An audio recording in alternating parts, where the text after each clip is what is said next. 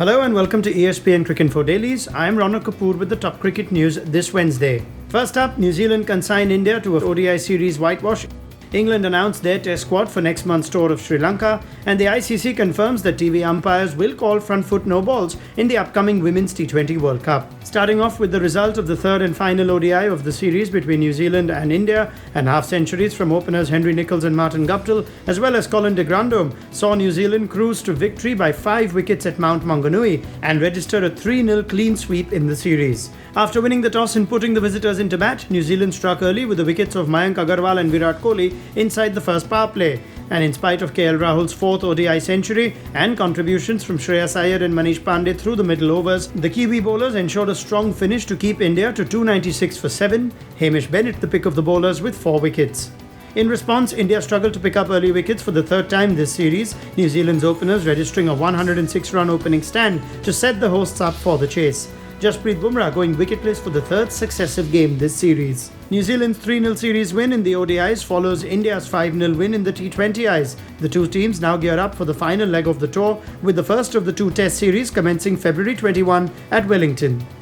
In other news, England have recalled Ben Foakes and Keaton Jennings for next month's test tour of Sri Lanka, with Johnny Bairstow omitted from the party that toured South Africa.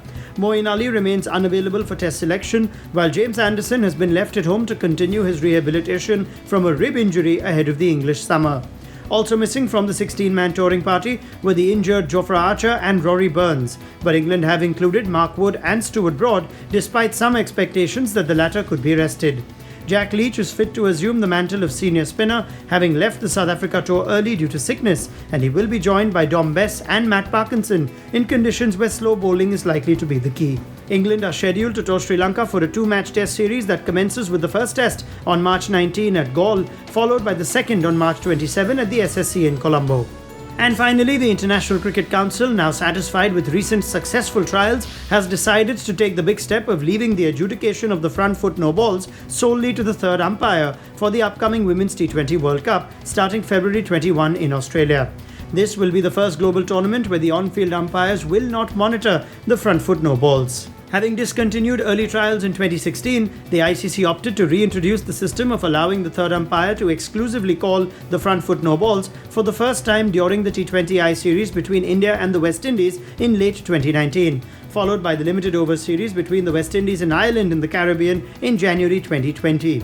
According to Jeff Allardyce, the ICC's general manager of cricket, front foot no balls were difficult for the on-field umpires to call accurately, but Allardyce went on to add that the ICC felt it was pertinent that the no balls be called accurately, and hence it was decided that the third umpire take charge.